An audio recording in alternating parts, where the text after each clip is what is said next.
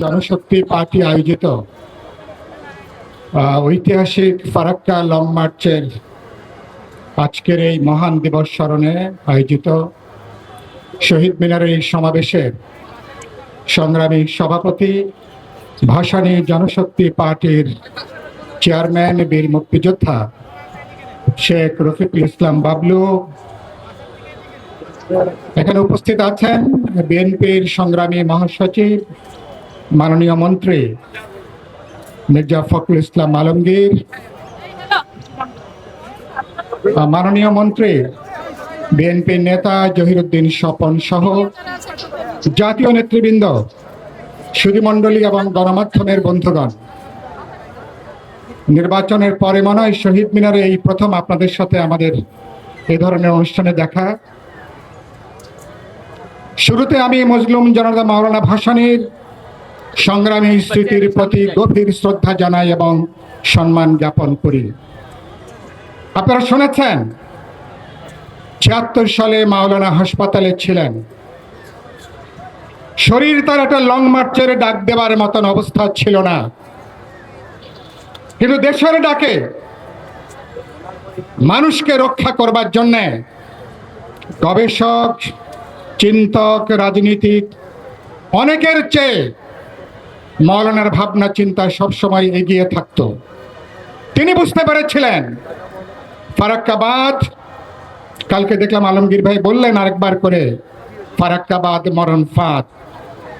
মাওলানা ফারাক্কাবাদকে বাংলাদেশের মরণ ফাঁদ হিসাবে বিবেচনা করে তিনি তার শারীরিক অবস্থা বিবেচনা না করে লং মার্চের ডাক দিয়েছিলেন। লক্ষ লক্ষ মানুষ লং মার্চে তারা অংশ নিয়েছেন। যে মানুষরা লং মার্চে যেতে পারেননি, আমরা যখন কলেজে পড়ি, বিশ্ববিদ্যালয়ে যাব, আমরা সবাই সেই লং মার্চে আমাদের আত্মা, আমাদের মন ছিল, গেঁথেছিল। মাওলানা বাংলাদেশের মানুষের আত্মাকে তিনি ধারণ করতেন। এই জনপদ যত অসাধারণ মানুষকে জন্ম দিয়েছে, মজলুম জনতা মাওলানা ভাসানী তার মধ্যে তিনি শীর্ষস্থানীয়। আমাদের স্বাধীনতার স্বপ্ন পুরুষ, আমাদের এই ভূখণ্ডের রাজনৈতিক স্থপতিদের তিনি শিরোধা, তিনি পুরোধা ব্যক্তি। এখানকার মাটি, মানুষ, এখানকার জমিন মাওলানার মতন এত দরদ মমতা দিয়ে খুব কম মানুষ এটাকে বুঝতে পেরেছিলেন।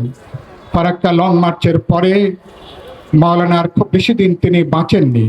ওই বছরেই নভেম্বরে ৭৬ সালে মাওলানা ১৭ নভেম্বর তিনি শেষ নিঃশ্বাস ত্যাগ করেছেন। কিন্তু ওই লং মার্চ, গঙ্গার পানি চুক্তি করবার ব্যাপারে জিয়াউর রহমান সাহেব যখন ক্ষমতায়, এই লং মার্চের প্রেক্ষিতে ভারতকে বাধ্য করা হয়েছিল ফারাক্কার এই পানি চুক্তি স্বাক্ষর করবার জন্য। তারপরে আপনারা জানেন এরপরে ৯৬ সালে আবার ৩০ বছর মেয়াদী আরেকটা চুক্তি হয়েছে। এবছর ডিসেম্বরে ফারাক্কার ৩০ বছরের চুক্তি শেষ হবে।